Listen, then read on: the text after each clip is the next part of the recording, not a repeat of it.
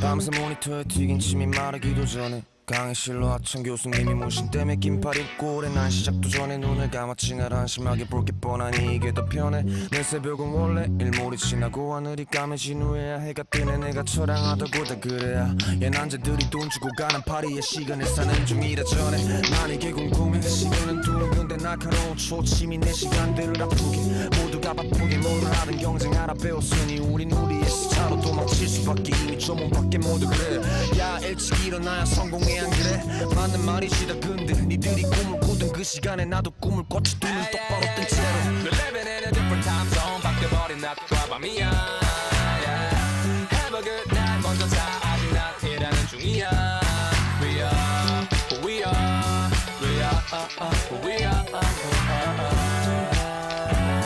Hey don't you know who we are yeah. 4호선 문이 열릴 때 취해 있는 사람들과 날 똑같이 보지 마 그들이 휘청거릴 때마다 풍기는 술 냄새마저 부러웠지만 난 적응해야 했거든 이 시차 꿈을 꾸게 해준 침대니 기차 먼지 쌓여 네, 채팅방에 오신 분들 어서오세요. 오늘 제가 좀 방송이 좀 늦었던 이유 중 하나는 그 다저스 경기가 제가 이제 낮에 기사를 썼거든요. 그 낮에 제가 기사 쓰는 그 다저스 쪽 경기가 너무 늦게 시작했어요. 보통은 한 2시에서 3시 사이면 아무리 늦어도 보통 캘리포니아주에서 열리는 그 서부지구 경기는 그때는 다 끝나거든요. 그때는 다 끝나요. 그런데 문제는 그 비 때문에 한 40분인가 늦게 시작했어. 40분인가 한 늦게 시작했는데 그러고 나서 한 1회 초에 타자 한 명을 잡았어요. 그런데 그 다음에 또 비가 더 세게 내리면서 3시간 동안 경기를 중단한 거예요.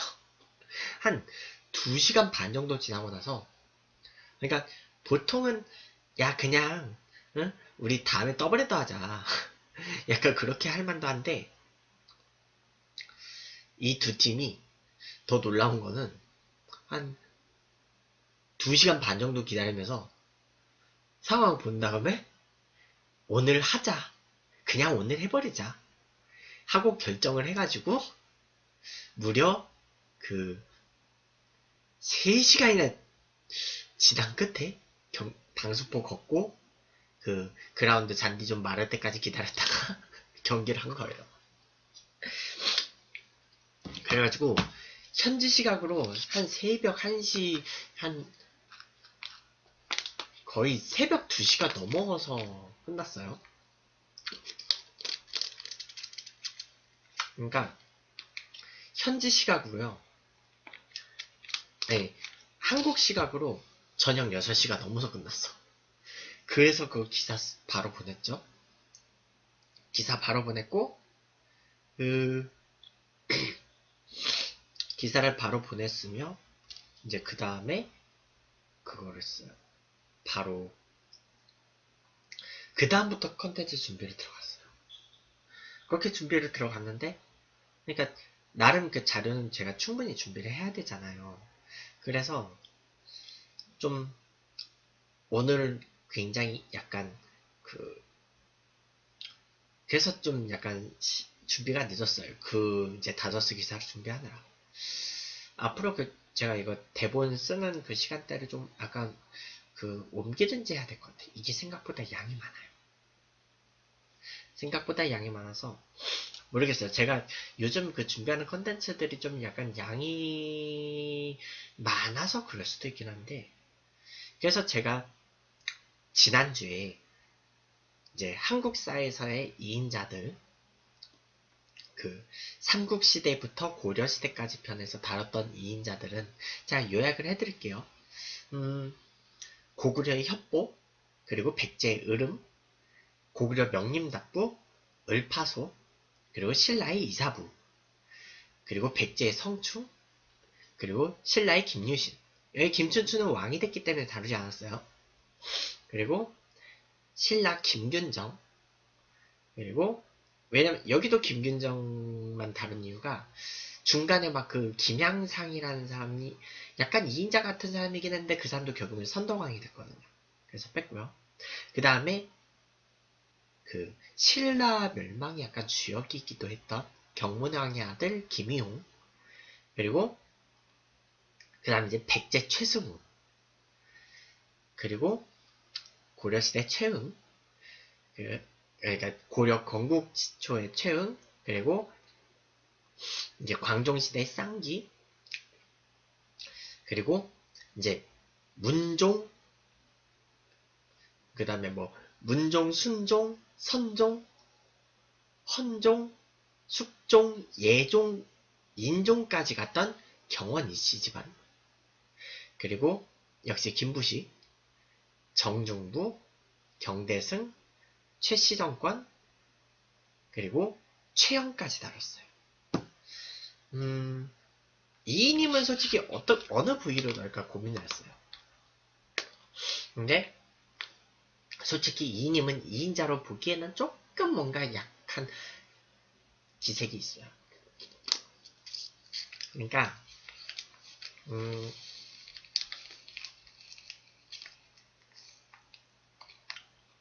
이인임 같은 경우는 보수 권문세족이어가지고 이 사람들을 2인자로 봐야 될까? 약간 그런 거 있잖아요. 왜냐면 저는 그 역사 속의 비선실세도 다룰 예정이기 때문에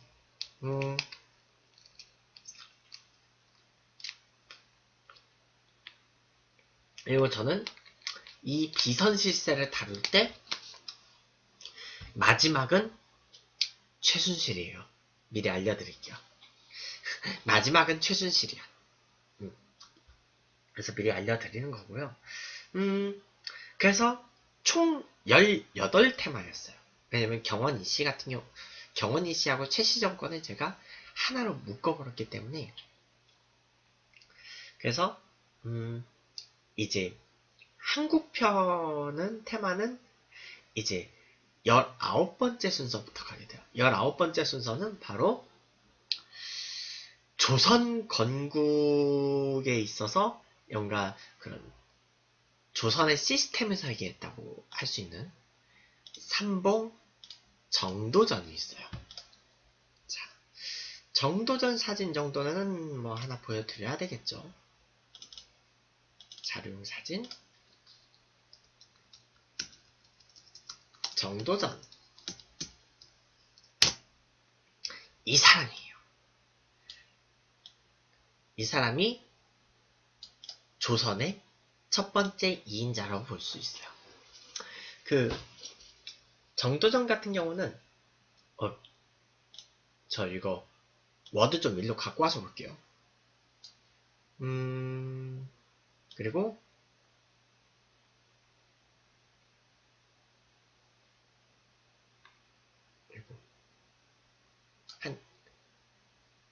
뭐야, 왜 커서가 여기까지 가? 잠깐만. 네, 여기까지 하고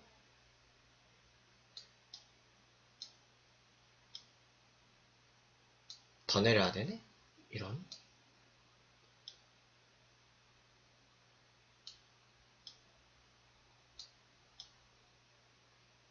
뭐야, 이게 이렇게 해상도가 컸어? 오, 됐다. 페이스워시님 어서오세요. 대본을 제가 좀 이쪽으로 옮길게요. 네, 옮겼어요. 그래서 지난주까지는 이거 사진이요. 오늘의 이제 첫 번째 소개할 인물인 그 삼봉 정도전이에요. 지난주까지는 그 역사 속의 2인자들, 그래서 삼국시대 최초의 2인자라고 볼 수 있었던 협보부터 시작해서, 그래서 18번째 인물인 최영까지 했었거든요. 최영까지 했었고, 그 다음에 이제 이번에 나올 인물은 바로 정도전. 뭐 사극에서 뭐 이제 여러 시대에 걸쳐서 정도전이라는 인물이 다뤄진 적 있죠. 뭐 주연이든 조연이든. 용의 눈물에서는 조연으로 다뤄졌었죠. 용의 눈물에서는 조연이었어. 근데 나중에 조재현 씨가 그 주연으로 맡은 진짜 그 정도전이라는 드라마가 있었죠. 몇 년 전에. 그때는 공격계 용의 눈물에서 방원 역할을 맡았던 유동근 씨가 거기서는 이성계 역할을 맡았다. 그리고 용의 눈물에서 세종 역할을 맡았던 안재모 씨가 정도전에선 태종 역할로 나와요. 앞시대씩 다 땡겼어. 그래서 이제 조선왕조의 뿌리를 설계한 실질적 건국자라고 볼 수 있는 정도전. 그러니까 유교적 이상으로 넘쳐났던 인물이에요.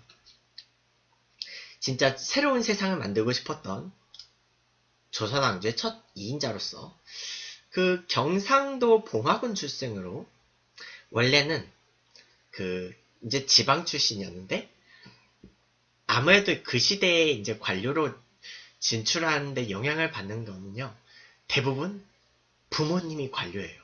그래서 정도전도 아빠인 정홍영이 원래 과거로 고려에서 관료로 지내고 있었어요. 그래서 정도전도 개경에서 생활을 했고 이제 개경에서 생활을 하다 보면요 개경에 아무래도 학자들이 좀 많잖아요.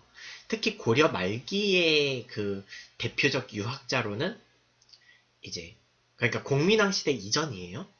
그 고려 왕들 이름의 그 충자부트 시대 그때의 가장 큰 대학자가 바로 이재현이었어요. 그 시대에. 그러니까 그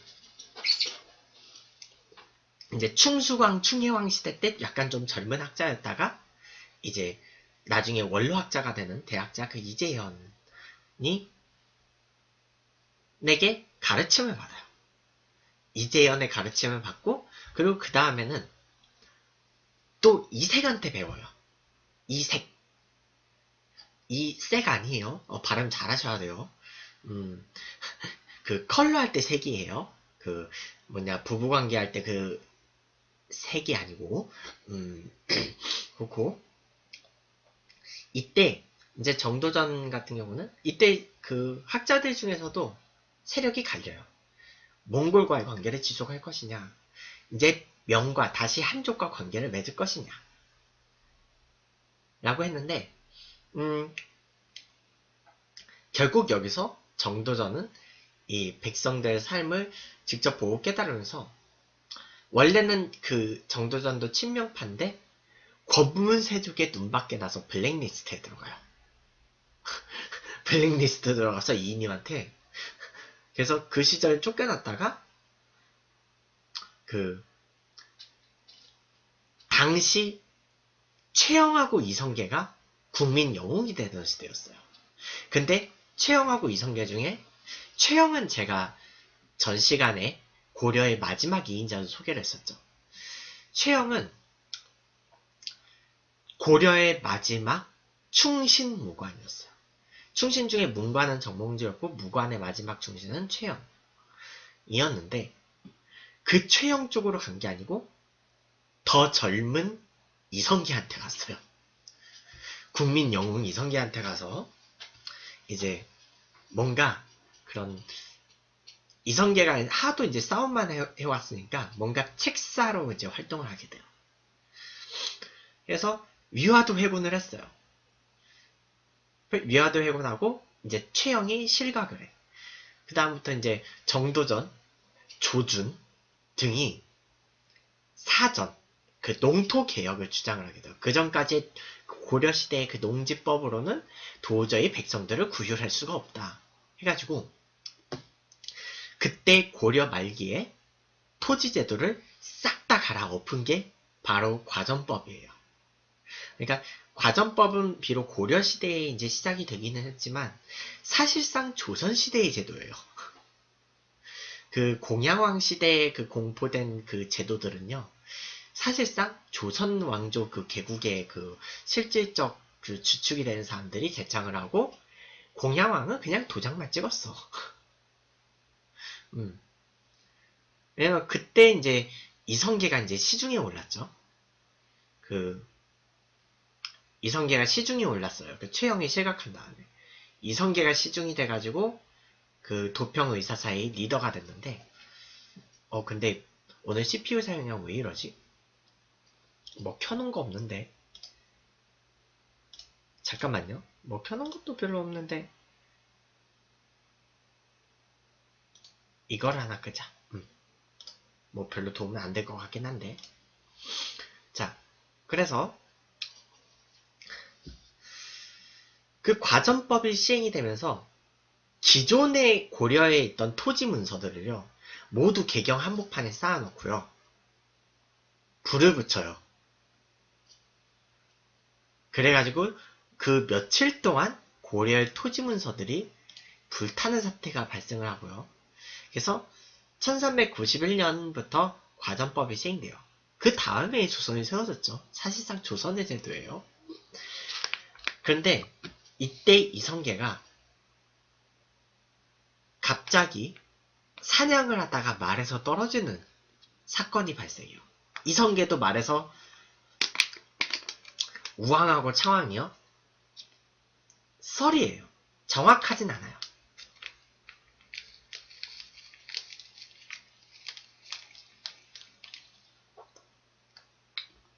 창왕은 우왕의 아들이고, 우왕이 사실 그 출생의 비밀이 약간 좀 그렇죠.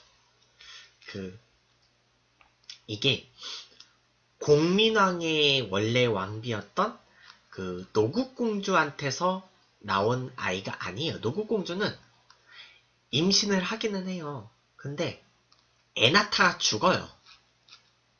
뱃속의 아기도 죽어. 그래서 이제 공민왕이 신돈의 집에 드나들 때 이 반야라는 여자가 있었어. 우리 매니저 오랜만에 와요.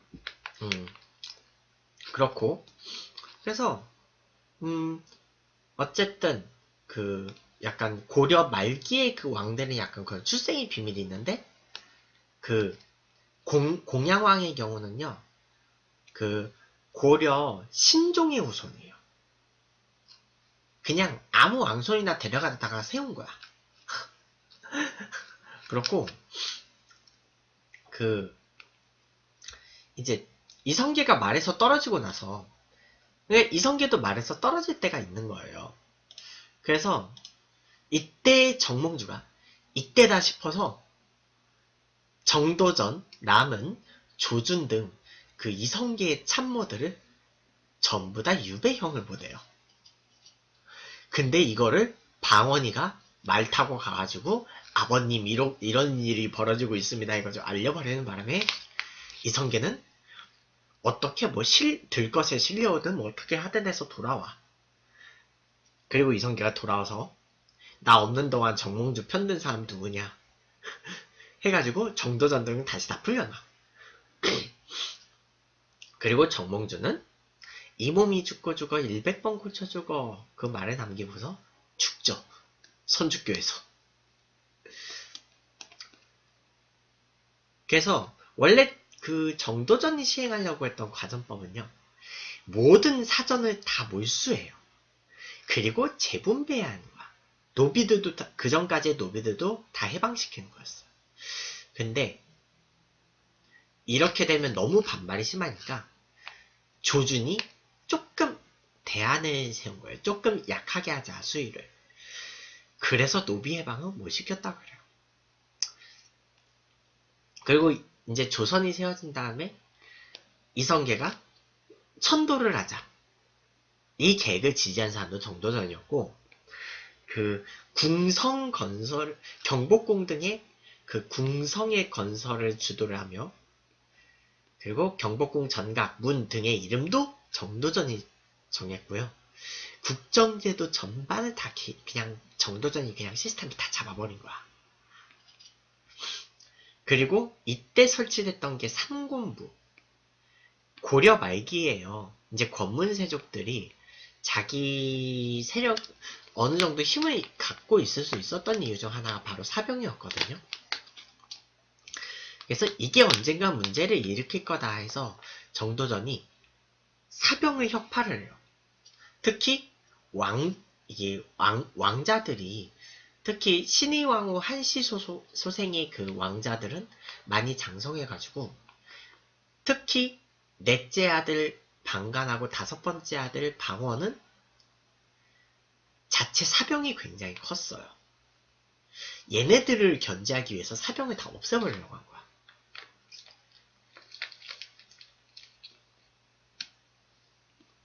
그래서 거기에다가 명하고의 그 외교 서한으로 그 문제가 생겼어요. 그래서 당시 이제 명나라가 명태조가 아마 주원장, 명태조 주원장이 아마 그 시기쯤에 아마 죽고 아마 그 두 번째 황제가 즉위를 했었을 거예요. 그러니까 명나라 황제 교체기였어요. 그때는 명나라 도읍이 남경이었어요. 남경이었는데 이때 정도전을 소환하래. 그러니까 정도전이 하는 짓이 그래?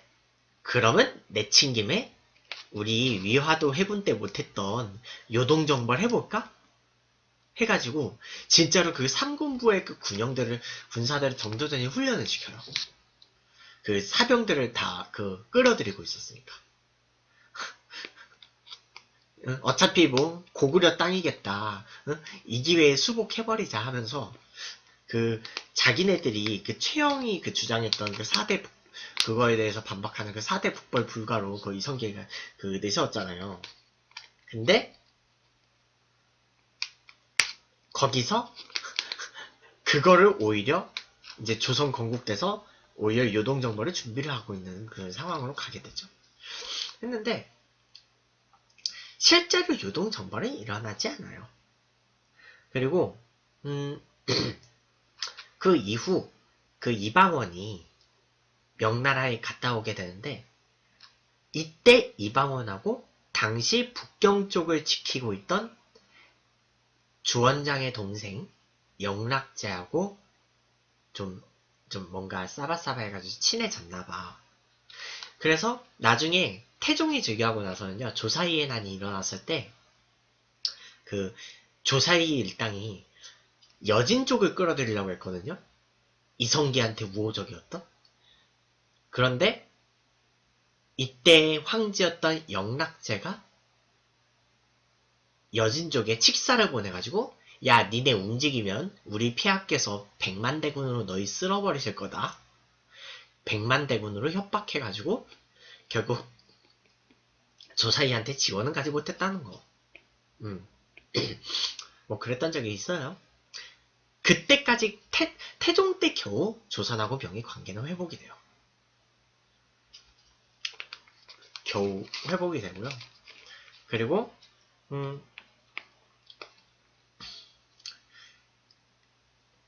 이제 이 요동정벌 문제로 인해서 이제 정도전은요, 이제 그 시기에 조준 같은, 그러니까 우정승이 있고 좌정승이 있었어요. 그때는 정도전은 다른 재상 동료인 조준한테도 이제 외면을 받기 시작해요. 너무 세게 나갔다 이거야.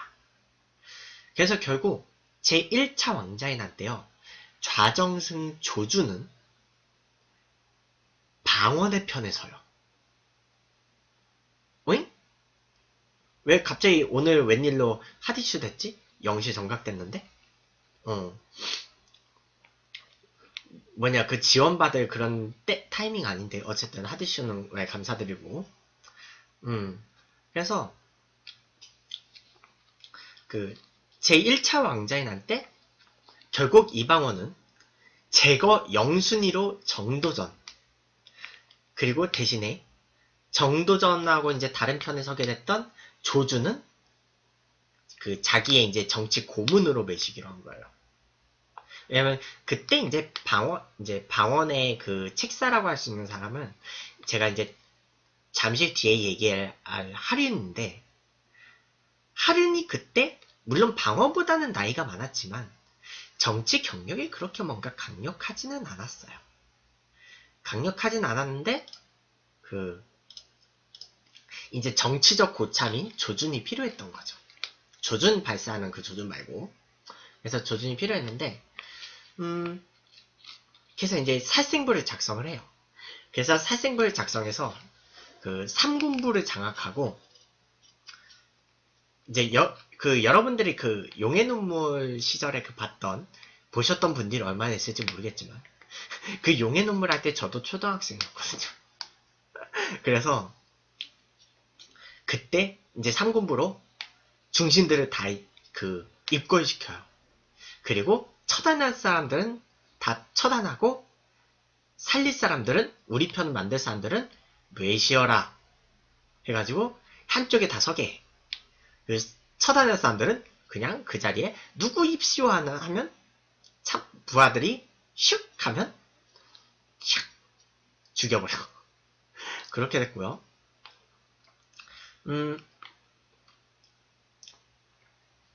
그래서 정도전은 이제 남은하고 그 세자 방석의 장인이었던 심효생 등과 함께 모여있다가 처단돼요. 결국은 처단되고. 그리고 이 정도전을 이제 무너뜨리고 그 다음 시대의 실질적 2인자가 됐던 사람. 정종 시대에는 잠깐 2인자 자리가 공서, 물론 정승 자리에는 조준이 있긴 하지만 이제 조준하고 그 이성계의 동생인 이화 등이 약간 이제 그냥 정치적 고참으로 자리에 있다가 제2차 왕자의 난이 끝난 뒤 실질적으로 이제 도평의사사가 의정부로 바뀌면서 그 정승 체제가 삼정승으로 바뀌어요. 영의정, 좌의정, 우의정으로.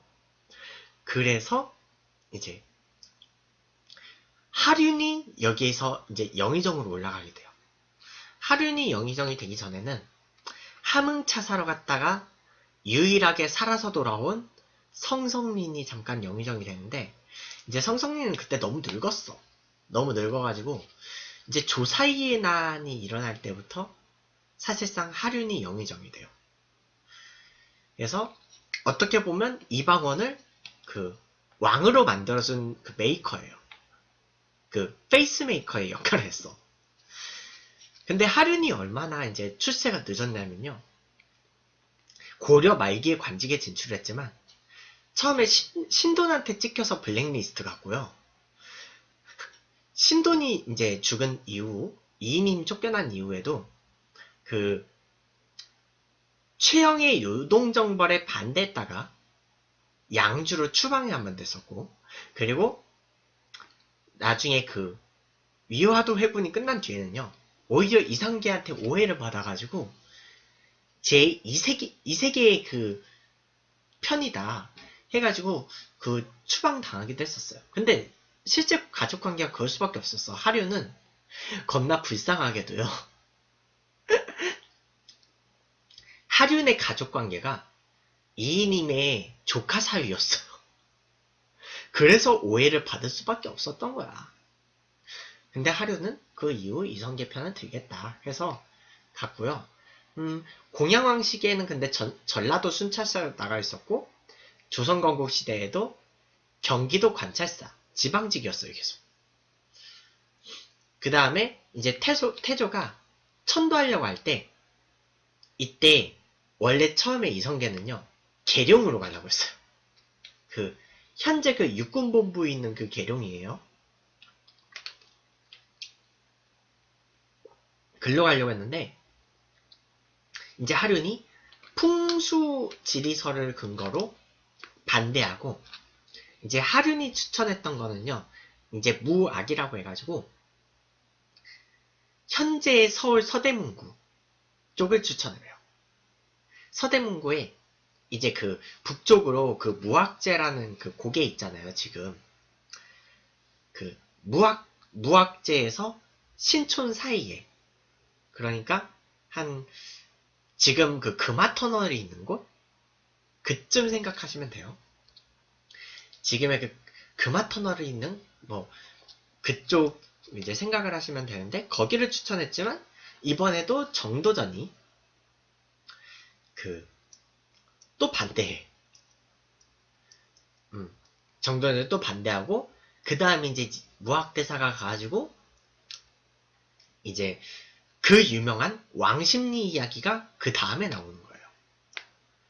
그 다음에 하륜이 그 주장했던 그 무학제 쪽이 거절된 다음에 그 다음에 이제 무학대사가 서울 구경하다가 그 어떤 농부가 왕십리하라 해가지고 그 동네 그 현재 성동구청 있는 쪽 거기가 이제 왕십리가 됐고 한양대 쪽 거기서 진짜 심리 더 가가지고 지금의 이제 그 한양 도성이 나오는 거죠. 근데 처음에 무학대사도 원래는 그 인왕산 쪽에 그 궁궐을 지을 것을 추천했는데 정도전이 안 됩니다. 궁궐은 남향이어야 합니다. 해가지고 그 지금 북악산 밑에 경복궁을 만들게 된 거예요. 그 경복궁에서 이제 서쪽을 조금 올라가면 막 그 자암은 터널 있고 막 그런 쪽 있잖아요. 그 조금 더 가면 북악 터널 있고 그런 쪽이 이제 선정이 된 거예요. 자, 새로 오신 분들 어서 오시고요. 그래서 그 이후 하류는 좀 이방원하고 친해지게 돼요. 하륜의 친구가 바로 태종 이방원의 장인어른이었던 민제였거든요. 그 인현왕후, 아니 원경왕후 그 민씨, 그 민제의 친구였거든. 그래서 그 이방원과 이제 관계가 맺어지게 됐고, 그래서 방원이 즉위하는데 큰 공을 세워요. 그리고 이제 이방원이 정도전에 의해서 사병을 뺏기니까 그러면 안산에 있는 그 지방관 이숙번을 연결해주겠다 해가지고 방원은 이숙번하고 그때 의형제를 맺어. 의형제를 맺고 근데 하륜도 정도전한테 좀 찍혀가지고 충청도 관찰사로 좌천되게 생겼어. 그때 쫓겨나기 전에 이제 방원을 만나가지고 술자리에서 살짝 실수하는 척을 해요. 술잔을 방원이 앞에다 쏟아. 그래서 그거 사과한다는 핑계로 둘이 따로 얘기를 해가지고 나으리 술 한잔 받으시옵소서 하면서 전술적 책략을 얘기를 해요. 그래서 제1차 왕자인환이 일어나고 그 이후 제2차 왕자인환을 거쳐서 그 태종이 즉위를 하게 되면서 하류는 영의정에 봉해지게 되지. 그래서 하류는 거의 죽을 때까지 이제 방원을 보좌를 해요. 보좌하고, 이제 하륜이 죽은 다음에는 그 유정현이라는 사람이 영의정이 돼가지고, 그때 유정현은 세종의 장인인 시몬까지 죽여버려. 무서워요. 이 태종시대에 걸리면 그 왕의 그 장인이더라도 예외가 없어요. 네, 권흥택님 어서오세요. 자, 그 다음으로 제가 이제 소개할 2인자는 바로 우리나라 역사 속 2인자 중에 제일 유명한 황이죠. 식접한 인세요. 오늘은 이제 주제하고 조금 안 맞는데 일단 그렇고요. 그래서 이제 황희가 황희도 원래 하륜처럼 고려 말기에 관리였어요. 심지어 황희는요 고려 말 때 음서 혜택을 황희 맹사성 원투펀치일 때 그때 황희는 원래 이제 그 아빠가 관료였기 때문에 음서 혜택을 받아서 무려 만 14살 때 이 녹사라는 관직을 나가요. 네, 고려시대 때는 5품 이상 자제들은 다 음서 혜택을 받고 그리고 음서 혜택을 받아서 고관까지 가는 경우도 있어요. 대대로 혜택을 받기 때문에. 물론 이후 조선시대 가면요. 조선시대 가면은 그 음서 혜택을 받아도요. 단순히 음서 혜택만 받으면 높이 못 올라가요. 그 음서 혜택을 받았음에도 또 과거에 또 급제를 했거나 아니면 좀 어느 정도 능력자일 때, 좀 더 높이 올라가는 거지. 그래서 황희도 나중에 다시 과거를 또 봐요. 과거를 또 봐서 이제 성균관의 학자로 들어가요. 근데 그 사이에 30대가 되는데 고려가 망해요. 30대가 되는데 고려가 망하고, 그 이후 이제 뭐 조선의 관직을 좀 거치다가 태종 때 승정원에서 일을 해요. 원래는 좌부승지였어. 좌부승지였고, 이제 태종의 첫 번째 도승지가 이제 태종의 옛날 친구였던 박성명이라는 사람인데, 이제 박성명이 건강 문제로 사직을 요청을 해요.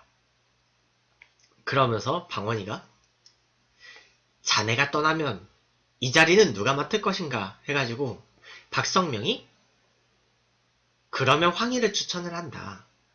이런 거는 제가 뭐 이것저것 다 찾아보는 거죠. 그래서 황희를 추천을 해가지고 황희는 청문회에 있어요. 네, 세종시대에. 그래서 태종의 도승지가 돼가지고 4년 동안 도승지 맡으면서, 이게 도승지라는 역할이 왕의 제일 곁에서 왕명을 출납을 하잖아요. 그러니까 왕명은 보통 승정원을 통해서 전달이 돼요. 김기춘. 안 그래도 제가 향후 시리즈 중에서 역사 속의 비선실세 다룰 거거든요. 지금 여기 자막이 있는 거 살짝 잘못 떨어진 건데, 날짜가 좀 바뀌었어요. 이게 세계 속의 2인자가 26일로 바뀌었고요. 9월 17일에는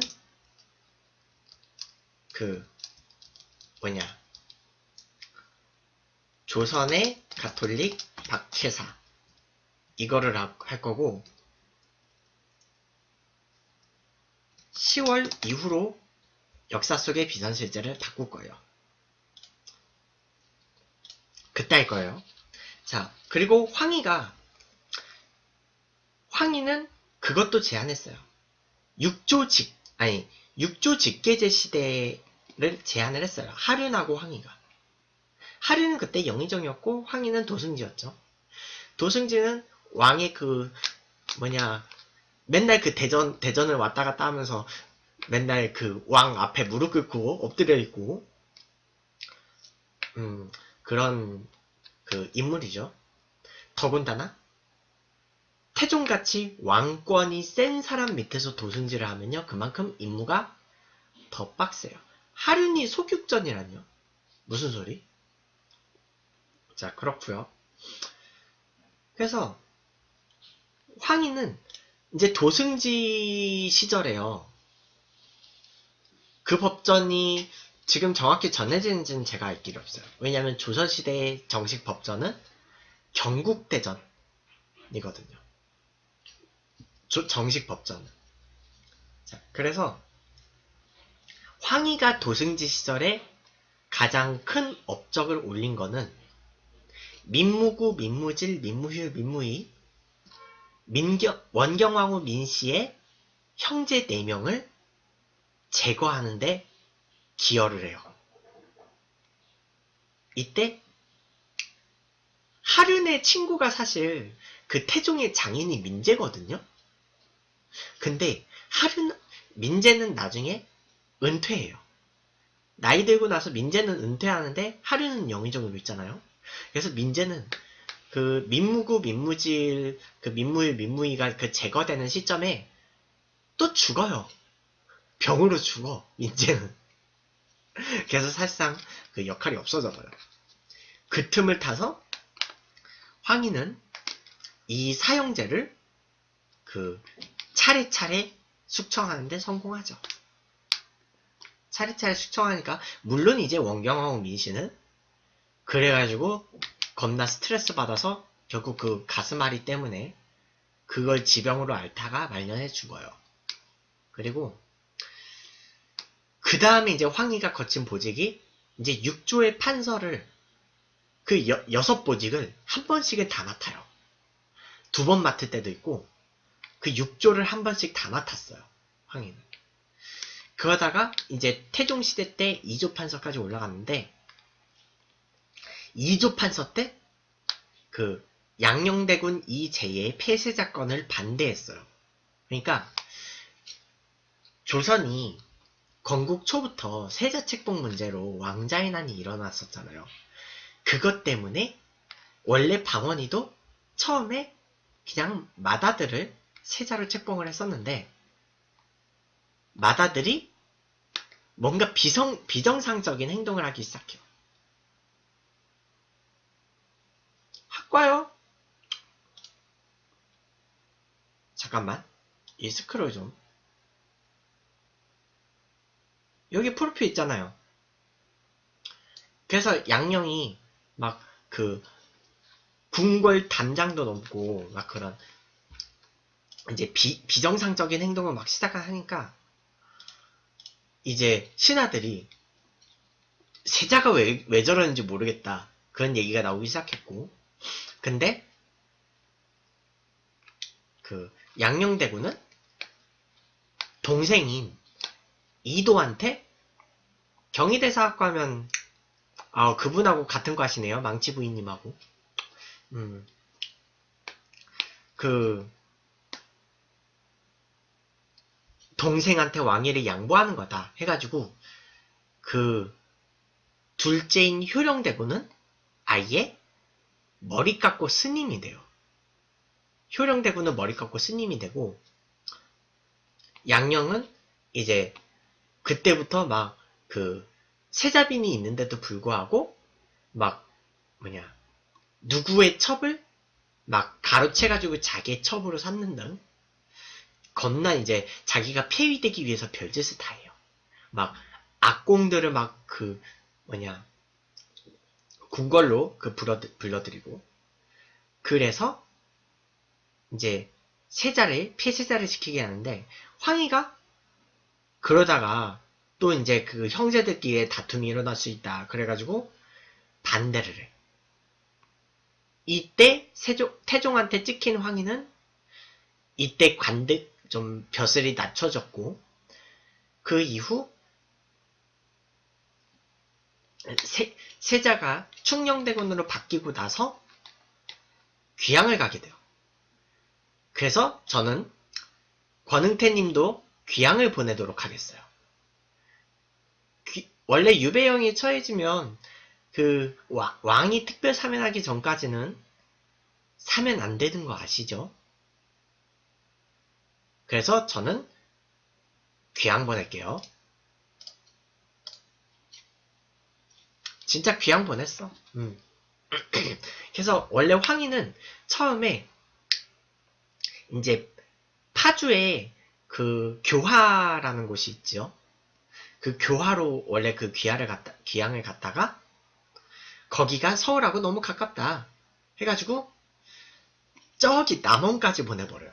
근데 남원은 거리상으로만 좀 멀어서 그렇지 원래 황희 집안의 조상들이 남원이 고향이에요. 그래서 그럼 고향에 가서 좀 쉬었다 와라. 그런 식으로 보내고 그리고 심지어 가족들하고 그 같이 살게 좀 얘기 좀 해주는 거예요. 오늘 현대사까지 쭉 갈 거예요. 그러고 세종이 즉위하자마자 얼마 안 지나서 태종은 세종한테 건의해서 그래도 주상을 폐세사 시키는데 주상의 세자 책봉에 반대해서 귀양 가 있긴 하지만 불러들여서 다시 쓰시오 해가지고 황희는 다시 판서로 복직하고 태종은 죽고 그 이후 황희는 엘리트 코스를 거쳐서 영의정에 올라가죠. 영의정에만 무려 18년 동안 있었고요. 세종시대의 조선 황금기 행정을 총괄했고 그리고 황희를 받쳐주는 맹사성이라는 투펀치가 있었기 때문에 더욱 더 행정을 또 안정을 꾀할 수 있었다는 거. 그래서 황희가 69살에 영의정이 됐는데 영의정 은퇴할 때 87살이었어요. 영의정 은퇴할 때 87이었어. 세종시대의 역사적인 학자는 그 훈민정음 창제에 관여했던 학자들이죠. 집현전 학자들. 성산문 등도 이 시대 학자들이고 신숙주도 이 시대 학자예요. 근데 이제 신숙주는 나중에 세조편으로 간 거고 성산문은 단종편으로 가서 죽은 거예요. 신숙주는 나중에 재상의 반열에 올라요.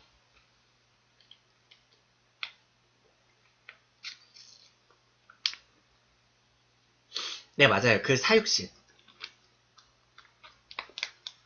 그래서 사실 세종대왕이 그 장영실을 등용을 할 때도 원래는 그 다른 중신들 다 반대했대요. 노비 출신이라고.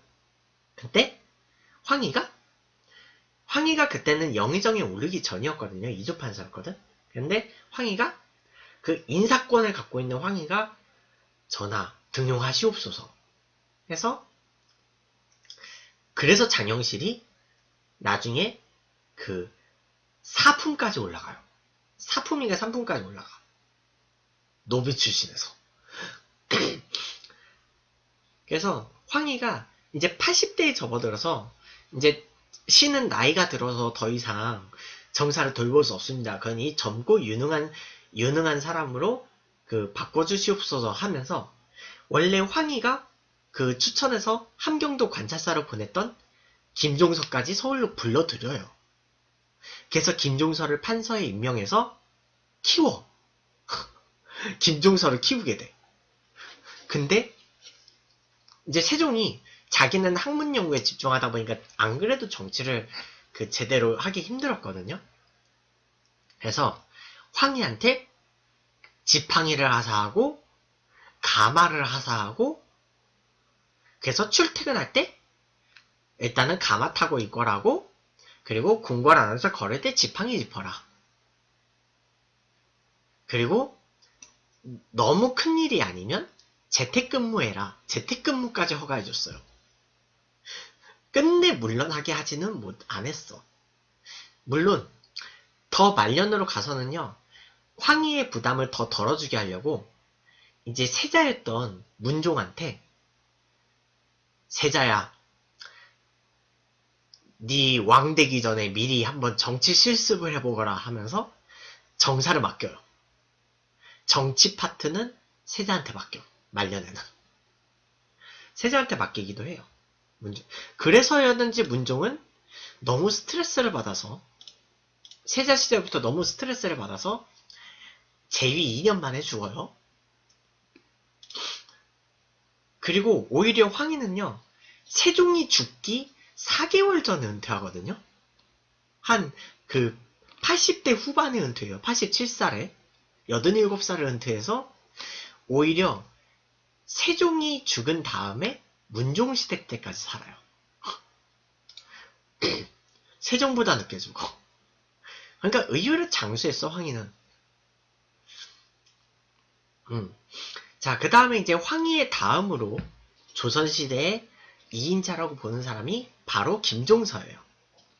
그 황희의 추천으로 함경도에 가서 육진을 개척했던 그 김종서가 이제 거기서 몇 년 동안 그 일을 수행을 하다가 이제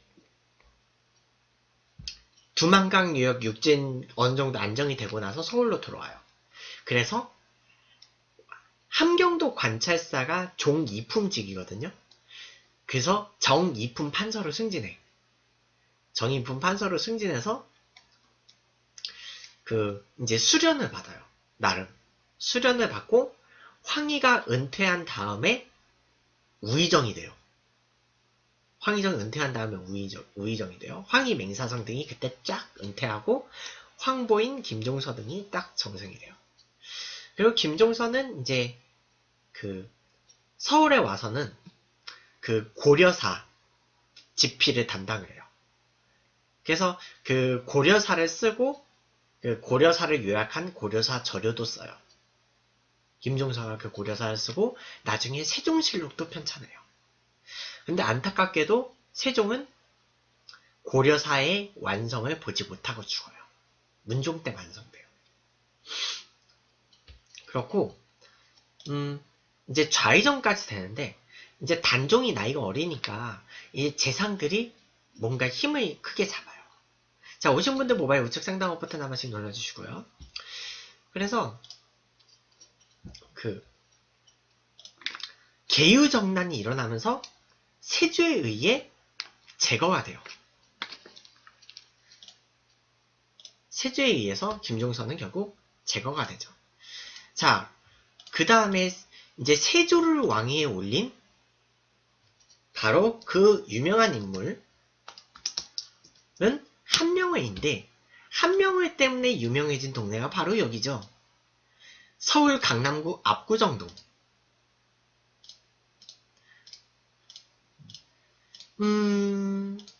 세종이 비만만으로 죽진 않았을 거예요.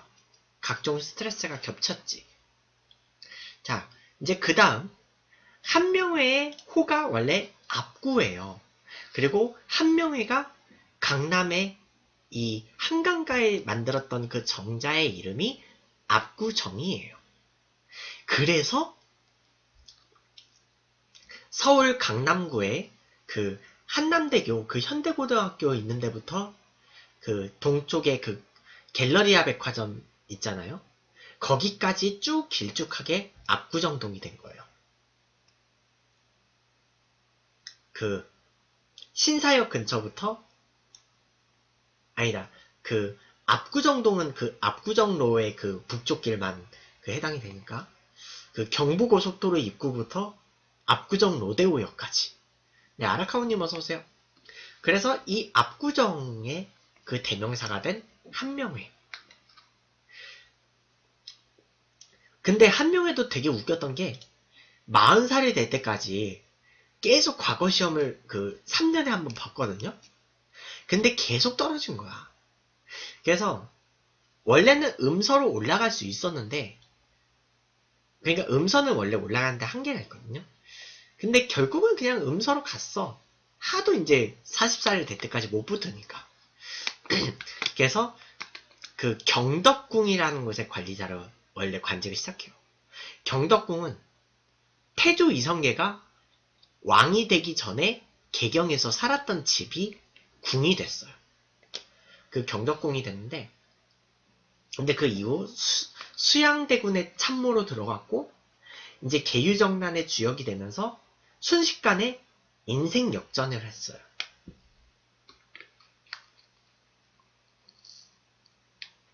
음서는 백이라기보다는 그 뭔가 세습, 그러니까 그 고위 관료에 받는 그 혜택을 세습을 받는 건데, 나중에는 음서 혜택이 효과가 좀 별로 없어졌어요.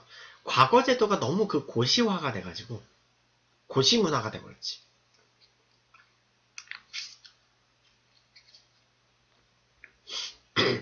그래서 근데 대신에 그건 인정해줘요. 일단은 그 관직의 시작을 음서로 시작을 했더라도 그 관직 재직 중에 과거 시험에 급제를 하면요 벼슬을 올려줘요. 그래서 그 원래 진사 시험에 합격을 하면 그때부터 관직에 올라갈 수 있거든요. 소과에 급제하면. 소과에 급제하면 이제 관직에 올라갈 수 있고, 그리고 좀 더 위로 올라가고 싶으면 대과를 급제해야 돼요.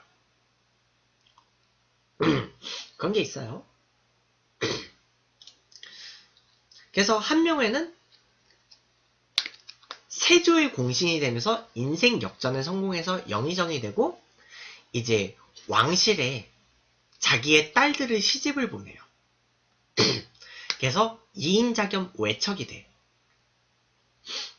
그래서 한명회는 셋째 딸 장순왕후를요, 이제 예종한테 시집 보내요. 그 세조의 맏아들 도원대군한테는 그 부인이 그 유명한 인수대비가 있죠. 인수대비 쪽으로는 못 보내고 도원대군이 일찍 죽으면서 인수대비가 사가로 가고 그 다음 세자가 된 그 둘째 아들한테 자기 셋째 딸을 시집을 보내요. 근데 이 장순왕후가 요절해요. 아기를 못 낳고 죽어. 그리고 예종도 일찍 죽어요. 그래서 그 한명회는 또 자기의 넷째 딸을 성종한테 시집 보내요. 공혜왕후가 되는데 그 공혜왕후도 일찍 죽어요. 그래서 그 성종은 그 이후 중전한테는 그 다음에 이제 얻은 그 다음에 책봉한 왕후가 그 유명한 폐비윤씨예요. 공혜왕후가 죽은 뒤에 계비들 중에서 이제 폐비윤씨가 나와요. 근데 이제 성종이 이제 나이가 좀 어느 정도 차고 친정을 시작하면서 이제 한명회가 조금 자기 입지가 불안해지니까 똑똑하잖아 왕이. 그래서 자기 이제 평범한 신하로 돌아갔고 그냥 그 천수를 누리다가 73살에 죽어요. 이때까지는 좋아. 근데 아니요. 장희빈 아니에요. 그때는 예전에 왕과 비라는 사극이 있었어요. 정난정 앞시대예요. 근데 그 다음에 그 다음 시대가 이제 장녹수예요. 그 KBS 대하사극에 왕과 비가 있었어요. 그 시대예요. 근데 한명회가 나이 들어서 죽을 때까지는 잘 살았다? 문제는 연산군이 즉위한 다음에 폐비윤씨의 그러니까 폐비윤씨 사건에 한명회가 나름 영향력을 행사를 했거든요. 그래서 갑자사화에 연루가 돼서 한명회는 무덤에서 시신이 파헤쳐지고 시신의 목이 베어지고 이걸 부관참시라고 하죠. 일명 2번 죽는 형벌이에요. 부관참시는. 한명회를 2번 죽이는 거예요. 해가지고 해골을 길바닥에 내걸었어. 그래서 잔혹한 방식으로 2번 죽었어요. 그렇게 2번 죽었고 그 이후 이제 훈구의 시대 때는 딱히 뭔가 2인자라고 얘기하기엔 좀 어려운 시대예요. 이 시대에는요. 그러니까 중종, 인종, 명종 시대에는요. 그 2인자라기보다는 비선실세의 시대예요. 여러분들 그 여인찬화 보셨잖아요.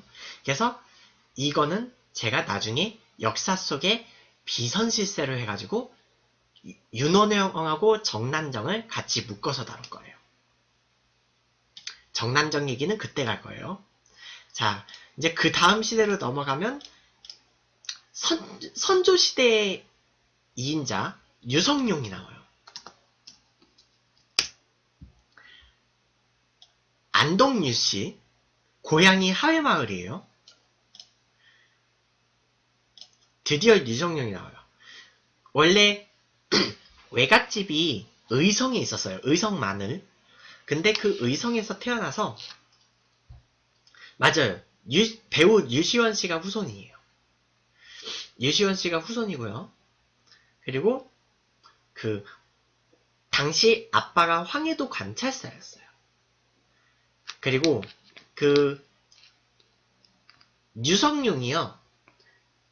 그 누구의 그러니까 좀 나름 내력이 있어요. 그 안동에서 꽤 큰 집안이었어. 그리고 그 서울에 어린 시절에 잠깐 살았거든요. 아빠가 서울에서 일할 때. 그래서 이때 충무로 쪽에 살았는데 그래서 그 충무로 쪽에 가면 지금도 서해길이라는 골목이 있어요. 그리고 나중에 다시 이제 친구였던 이순신의 집안이 이제 아산으로 이사를 가고 나서 유성룡도